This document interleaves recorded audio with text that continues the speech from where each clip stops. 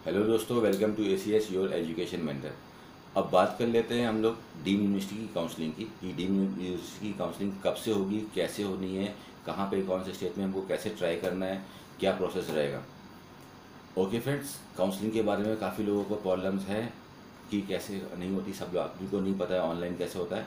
तो अभी हम देखते हैं डीम यूनिवर्सिटी की काउंसलिंग कैसे होगी। फ्रेंड, 5 तारीख को अपना रिजल्ट आ जाएगा नीट का। उसके बाद सबको अपना स्कोर रिस्पेक्टिव पता चल जाएगा कि किसका कितना स्कोर है। डीम यूनिवर्सिटी की काउंसलिंग स्टार्ट करने से पहले मैं बता देता हूँ, क्योंकि हर टाइप का बंदा रहता है, सबको नॉलेज नहीं रहती कि डीम यूनिवर्सिटीज़ एक्चुअली होती क्या है। डीम यूनिवर्सिटीज़ वो यूनिवर्सिटीज़ होती हैं जो खुद में अपनी यूनिवर्सिटी होती है। यूनिवर्सिटी तब होती है कोई जब वो A to लेकर Z तक जितने भी प्रोफेशनल कोर्सेज होते हैं सब पढ़ाता है। लाइक वो मेडिसिन भी पढ़ाता है, वो इंजीनियरिंग IT भी पढ़ाता है, वो कॉमर्स भी पढ़ाता है, एंड XYZ जितनी भी एजुकेशन होती है। वो जब कोई यूनिवर्सिटी सारी एजुकेशन देने लगती है तब वो खुद की एक यूनिवर्सिटी बन जाती है। वो उसको किसी और यूनिवर्सिटी से एफिलिएशन लेना नहीं पड़ता, किसी अदर यूनिवर्सिटी से मान्यता लेना नहीं पड़ता है, तब वो कहलाती है एक डीम यूनिवर्सिटी। तो इसके लिए एक अलग से काउंसलिंग होती है डीम यूनिवर्सिटीज़ की इंडिया में, जिसको कंडक्ट कराने वाली बॉडी का नाम है MCC, मेडिकल काउंसिल कमेटी। इसको ऊपर से सुपरवाइज करती है आपकी CBSE, और ये MCC आपकी DGSS के साथ मिलके अपनी ये काउंसलिंग कराती है। आपकी ये डीम यूनिवर्सिटी की काउंसलिंग काफ़ी मिलती जुलती है, 15% ऑल इंडिया कोटा से मिलती हुई। तो ये कब होगी, कैसे होगी? 5 तारीख को रिजल्ट हमारा आ जाएगा। 5 तारीख के बाद जब इसका राउंड फर्स्ट स्टार्ट होगा, तो राउंड फर्स्ट की जो डेट है, date is from 12 June to 24 June. 12 जून से लेकर 24 जून के बीच में आपको 12 दिन का टाइम मिल रहा है। 12 दिन के अंदर पहले राउंड की काउंसलिंग होगी। सबसे पहले राउंड फर्स्ट में आपको क्या करना है, कैंडिडेट रजिस्ट्रेशन फॉर्म निकलेगा, जिसको हम एप्लीकेशन फॉर्म भी बोलते हैं। वैसे ही जैसे आपने नीट में भरा था सबसे पहले, वैसे इसमें काउंसलिंग के लिए फॉर्म निकलेगा। आप इसमें फॉर्म भरोगे, फॉर्म में अपनी जनरल डिटेल्स डालोगे, नाम, address, ID and your qualification, 10th-12th में आपका क्या है, क्या स्कोर आप निकाल रहे हो नीट में, ये सब आपने डाटा इंटर कर दिया इसमें। और उसके बाद आपने इसको सबमिट कर दिया, ओके कर दिया। फॉर्म की जो कॉस्ट थी 1000 रुपीज़ फॉर एग्जाम्पल, आपने उसको पे कर दिया online, either from your credit card और फ्रॉम योर डेबिट कार्ड। ये हमारा राउंड फर्स्ट कंप्लीट हो गया, रजिस्ट्रेशन हो गया, आज का काम खत्म हो गया। 12 दिन के अंदर अब दूसरा क्या होगा, अब सेकंड स्टेप होगा अपनी choice locking, choice filling and choice locking. अब जैसे बात आई चॉइस फिलिंग और चॉइस लॉकिंग, तो सब लोगों ने सोचना शुरू कर दिया कि यार कौन सा चॉइस फिल करेंगे, मुझे तो पता ही नहीं। अब इंडिया में मैं यहाँ पे रहता हूँ, कौन से स्टेट में कितने कॉलेज हैं, तो उसके लिए बिल्कुल भी घबराने की जरूरत नहीं है दोस्तों। जैसे काउंसलिंग स्टार्ट होगी उस समय CBSE अपनी सीट मैट्रिक्स निकाल देता है। गवर्नमेंट की सीट मैट्रिक्स अलग आती है, डीम की सीट मैट्रिक्स अलग आती है, प्राइवेट की सीट मैट्रिक्स अलग आती है, सारे की सीट मैट्रिक्स अलग आती है। सीट मैट्रिक्स क्या होता है इसको भी समझ लेते हैं यार। सीट मैट्रिक्स क्या होता है कि सीट मैट्रिक्स में आपको पता चल जाएगा कि हमारे इंडिया में कितनी डीम यूनिवर्सिटीज़ हैं, किस स्टेट में कितनी डीम यूनिवर्सिटी हैं। फॉर एग्जाम्पल महाराष्ट्र में देख रहे हो तो महाराष्ट्र में कितनी डीम यूनिवर्सिटीज़ हैं। MGM है, MGM मुंबई है, MGM औरंगाबाद है, DY पाटिल मुंबई है, GY पाटिल पूना है, DY पाटिल कोल्हापुर है, MGIMS वर्धा का है, हो गया आपका दत्ता मेघे हो गया, और कृष्णा कराड़ हो गया आपका, किम्स यूनिवर्सिटी, परवरा लोनी हो गया। तो कितने भी आपके स्टेट में वो सब आते आप देख लो। तो आपने देख लिया कि ओके इतने महाराष्ट्र के हैं, इतने कर्नाटका के हैं, इतने तमिल के, इतने साउथ के हैं, इतने कौन से स्टेट के हैं। तो अपने सब मैट्रिक्स से आपके पास सारा कंक्लूजन, सारा डाटा आ गया कि ओके इतने कॉलेजेस हैं, मेरा इतना स्कोर है। अब आपको यहाँ पे प्रोबेबिलिटी करनी है, वहाँ पे चॉइसेस डालनी है। इसके बाद तो चॉइस फिलिंग में क्या हुआ, आपने देखा कि ओके मेरा स्कोर फॉर एग्जांपल 400 आ रहा है, तो मेरे स्कोर के हिसाब से मुझे ये कॉलेज मिल सकता है कि नहीं मिल सकता है। तो आपको लगा कि हाँ ये ज़्यादा मिल सकता है, तो आपने पहली चॉइस फिल कर दी, नंबर 1। आपने सपोज कर लो, एक एग्जाम्पल लेते हैं, आपने नंबर 1 पे डाल दिया DY पाटिल, नंबर 2 पे आपने डाल दिया रामाचंद्रा, नंबर 3 पे आपने डाल दिया कलिंगा यूनिवर्सिटी, नंबर 4 पे आपने डाल दिया लाइक KLE, नंबर 4 पर डाल दिया आपने देवराजा URS मेडिकल कॉलेज, 5 पे डाल दिया मुलाना मेडिकल कॉलेज अम्बाला, संतोष मेडिकल कॉलेज। ये सब डीम यूनिवर्सिटीज़ है, ये मैट्रिक्स में आपको सब मिल के आ जाएगा। तो ये आप क्या कर रहे हो, ये अपनी चॉइस फिलिंग कर रहे हो, चॉइस फिल कर रहे हो। 1 पे फिल किया, 2 पे फिल किया, 3 पे फिल किया, जितने ऑप्शन देता है 10 देगा, 10 से ज़्यादा ही देगा, 10 से कम नहीं देगा। तो 10 आपको मिल गई, आपने चॉइस फिलिंग कर दी। चॉइस फिलिंग के बाद क्या करना है, लॉक कर देना। फ्रेंड्स लॉक जरूर कर देना। काफ़ी लोग गलती कर देते हैं कि बस फिल करके ओके कर दिया और ख़त्म कर दिया। ज़्यादा जल्दी में मत रहिएगा, आपका पूरा कैरियर इसी चीज़ पर। चीज़ों को ध्यान से देखिएगा। फॉर्म भरने के बाद एक बार नहीं 10 बार उसको क्रॉस चेक कर लेना, स्नैप लेकर देख लेना, और उसके बाद उसको लॉक करना। पूरे दिन का टाइम रहता है लॉकिंग करने के लिए। चॉइस फिलिंग कर दी, उसके बाद आपने उसको सबमिट किया, लॉक किया, फिर आपने ओके कर दिया। आपका सेकेंड स्टेप कंप्लीट हो गया, चॉइस फिलिंग लॉकिंग हो गया। उसके बाद आपका अलॉटमेंट लेटर आ जाएगा, 1 से 2 दिन के अंदर आपका रिजल्ट आ जाता है। आपको पता चल जाएगा कि आपको कौन सा कॉलेज अलॉट हुआ है। फिर आपको उस कॉलेज में जाके अपनी फीस सबमिट करनी है and you have to submit all the relevant documents. आपका एडमिशन हो गया, ऑल द वेरी बेस्ट। तो इस तरह से हमारी इसमें प्रोसेस रहेगा step by step. Candidate registration, पहला आपने फॉर्म भरा, नंबर 2 पे आपने चॉइस फिलिंग करी, उसको लॉक किया, और नंबर 3 पे फिर आपका अलॉटमेंट लेटर आया, नंबर 4 पे फिर आप कॉलेज में डिपोर्ट करके आपने सीटों को लिया। ठीक है, इस तरह से हमारे 4 स्टेप हो गए काउंसलिंग के अंदर। सब कुछ ऑनलाइन होता जा रहा है। We don't have to contact to any college, any person. हम सब कुछ अपना ऑनलाइन कर रहे हैं, सारी काउंसलिंग ऑनलाइन कर रहे हैं। तो फर्स्ट हमारी काउंसलिंग हो गई फ्रॉम 12 जून टू 24 जून।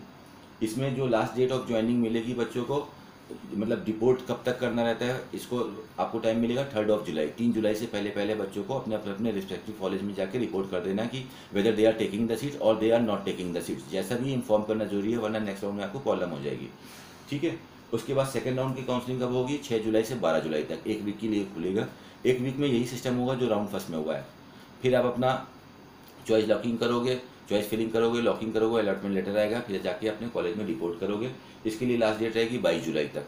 22 जुलाई तक आपका ये चलता रहेगा सेकेंड राउंड का रिपोर्टिंग। उसके बाद थर्ड होगा हमारा मॉपअप राउंड। मॉपअप राउंड को हम लोग और अच्छे से समझते हैं। मॉपअप राउंड क्या होता है? मॉपअप राउंड को ऐसा बोल सकते हो आप कि लास्ट राउंड ऑफ काउंसलिंग, या मॉपअप राउंड को आप एक नाम और दे सकते हो कि फिजिकल राउंड, जहाँ पे हम और कॉलेज आमने सामने बैठे हैं, कोई कंप्यूटर नहीं है बीच में। इसको ऐसे भी बोल सकते हैं। फेस टू फेस काउंसलिंग होती है यहाँ पे, ऑनलाइन नहीं होती है। तो मॉपअप राउंड की काउंसलिंग आपकी स्टार्ट होगी फ्रॉम 12 अगस्त। 12 अगस्त को स्टार्ट होगी टू 22 अगस्त। तो इसके बीच में आपका मॉपअप राउंड चलेगा। अब जितनी सीटें जहाँ जहाँ पे बची सारे स्टेट में, आपके पास सीट मैट्रिक्स है, आप देख रहे हो कहाँ पे कितनी कितनी सीटें भर गई हैं, कितनी कितनी सीटें बची हैं। ये सब चीज़ों पे बारीकी से नज़र रखनी पड़ती है। अब आपको पता है कि यहाँ पे इतनी सीटें बची हैं, यहाँ पे इतनी सीटें बची हैं, इतना बच्चा रिपोर्ट करने के बाद यहाँ पे मुझे चांसेस हैं। तो आपने जाके फिर अपनी थर्ड राउंड की मॉपअप राउंड की काउंसलिंग कर ली। मॉपअप राउंड को रिपोर्ट करने की जो लास्ट डेट है दैट इज 26 अगस्त। 26 अगस्त तक आपको मॉपअप राउंड की फीस सबमिट करके सब कुछ ओके कर लेना है। मॉपअप राउंड के बाद भी अगर कुछ सीटें बच जाती हैं तो उसके लिए फिर क्या होता है, वो सीटें ट्रांसफ़र कर देता है डीम्ड यूनिवर्सिटीज को, वापस जिस यूनिवर्सिटी की थी उसको वापस कर देता है। फिर वो 27 अगस्त से लेकर 31 अगस्त तक लास्ट के 4 दिन में आपको पर्टिकुलरली कॉलेज में जाके उन सीटों को लेना पड़ता है। तो इस तरह से आपकी डीम्ड यूनिवर्सिटी की काउंसलिंग होगी। तो डीम्ड यूनिवर्सिटी में हम ओपन बैठे हैं फ्रेंड्स, ओपनली बैठे हैं। सपोज कर लो आप दिल्ली की डोमिसाइल रख रहे हो, आप उड़ीसा की डोमिसाइल रख रहे हो, आप पंजाब की डोमिसाइल है, आपकी महाराष्ट्र की डोमिसाइल है, नॉट टू वरी। हम कहीं पे भी इंडिया में सीट ले सकते हैं जहाँ पे डीम्ड यूनिवर्सिटी है। हमको पता होना चाहिए कि मेरे स्कोर पे हमको क्या मिल सकता है और ये कॉलेज मेरे बजट में आ रहा है कि नहीं। बस ये चीज़ें को ध्यान से देना पड़ता है। कुछ नई चीज़, ज़्यादा टफ चीज़ें नहीं है, बस आपको नहीं पता इसलिए आप पैनिक करो। जब करोगे तो बहुत इंटरेस्टिंग हो जाएगा अगर आप उसको समझते हो, तो ईजिली आपका ये मॉपअप राउंड की काउंसलिंग हो जाएगी। तो this is all about like deemed university counselling. Deemed university का भी काउंसलिंग अपना एमसीसी करता है। तो इस तरह से आप करके डीम्ड यूनिवर्सिटीज़ में एडमिशन ले सकते हो। Deemed universities are the best universities to study, because जब भी हम बात करते हैं एमबीबीएस की, एमबीबीएस में कॉलेजेस का क्या होता है दोस्तों?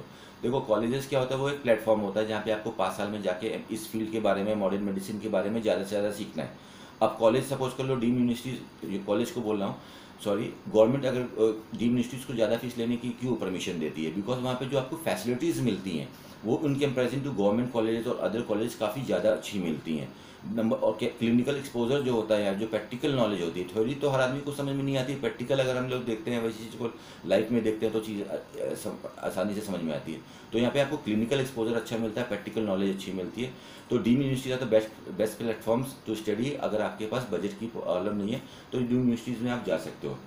डीम्ड यूनिवर्सिटी में 15% का एनआरआई कोटा भी होता है, जो कि लास्ट में वो अपना एनआरआई कोटा, तो बच्चे एनआरआई के बहुत आते ही नहीं हैं, वो कन्वर्ट करके इंडिया के बच्चों को देते हैं, वो भी लास्ट में होता है। बट उसके लिए आपको कॉलेज से पहले कांटेक्ट करना पड़ता है एनआरआई कोटा में। बट ऑब्वियसली बात है, नॉर्मल फीस से ज़्यादा फीस लगती है, बिकॉज जो एनआरआई की फ़ीस जो गवर्नमेंट कन्वर्ट करती है डॉलर्स में, वो डॉलर को वापस कन्वर्ट किया जाता है आईएनआर में, इंडियन रुपीज़ में। तो वो पैकेजेस टेंटेटिवली 1 करोड़ से ऊपर ही जाते हैं, 1 करोड़, 1.25 करोड़, 1.5 करोड़, 2 करोड़ तक मैक्सिमम है आपका इसमें पैकेजेस।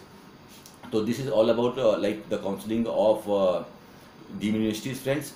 तो इसमें अगर कोई प्रॉब्लम आ रही है तो I will make one more video for you. मैं तो चाहता हूँ कि ज़्यादा से ज़्यादा आपको उसको समझ में आए, कोई प्रॉब्लम ना हो।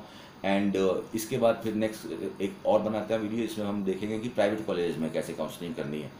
ठीक है, तो I think this knowledge is sufficient for you, all the very best for your friends and you can contact us, लेकिन रिजल्ट से पहले कॉन्टैक्ट कर लिए, बिकॉज बाद में बात करने में थोड़ा सा प्रॉब्लम होगी, उस समय हम लोग काफ़ी फोकस होंगे काउंसलिंग के ऊपर, तो ज़्यादा बात नहीं कर सकते। तो if you need our personal assistance, तो अभी भी कुछ लोगों की पर्सनल असिस्टेंस कर सकते हैं, but we have got a very limited time for that. Else don't not to worry, आप कहीं पे भी हो, सारी इन्फॉर्मेशन सब कुछ सिंपल से सिंपल करते हुए आपको सारी इन्फॉर्मेशन देते रहेंगे। और एक चीज़ और समझ लेते हैं कि डीम्ड यूनिवर्सिटी में कितने से कितने स्कोर तक पॉसिबिलिटी है। Yes, this is a very nice question. तो like you can say deemed universities में मणिपाल भी आता है, तो मणिपाल यार ऐसा तो कॉलेज है कि जहाँ पे कुछ लोग गवर्नमेंट कॉलेज भी छोड़ के चले जाते हैं पढ़ने के लिए। तो you can start the cut off from like 500 above, like 550 you can take, 550 से लेकर 200 तक भी डीम्ड यूनिवर्सिटीज मिल जाती है, नॉट टू वरी फ्रेंड्स। बस इसमें ये होता है कि आपकी वर्कआउट कितना अच्छा आप कर रहे हो, आपको पता होना चाहिए कि किस कॉलेज में कम स्टूडेंट्स जा रहे हैं, जिसको पर भी कॉलेज की नज़र, बच्चों की नज़र नहीं पड़ी है, उसको अप्रोच कर लो अगर नीचे का स्कोर आ रहा है, लाइक 250 का आ रहा है, 300 का आ रहा है, इवन 200 आ रहा है, I promise you that you can get the college through counselling only, no need to pay any sort of extra amount to anyone. आप काउंसलिंग बढ़िया से करो, अपने सीधे सीधे सारे से पैसे बचा लो, नॉर्मल फीस ही लगेगी, जो बाकी के बच्चे हैं उसमें फीस दे के आएंगे। So all the very best from my side and rock in your career friends.